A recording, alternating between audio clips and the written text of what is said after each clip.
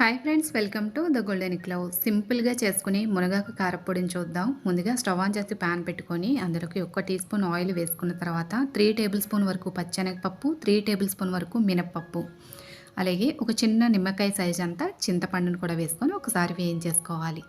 ఇవి వేగిన తర్వాత 3 టేబుల్ స్పూన్ వరకు ధనియాలు కూడా వేసి వేయించుకున్నాక 1 టీ స్పూన్ వరకు జీలకర్రను కూడా వేసి ఒకసారి వేయించుకోవాలి.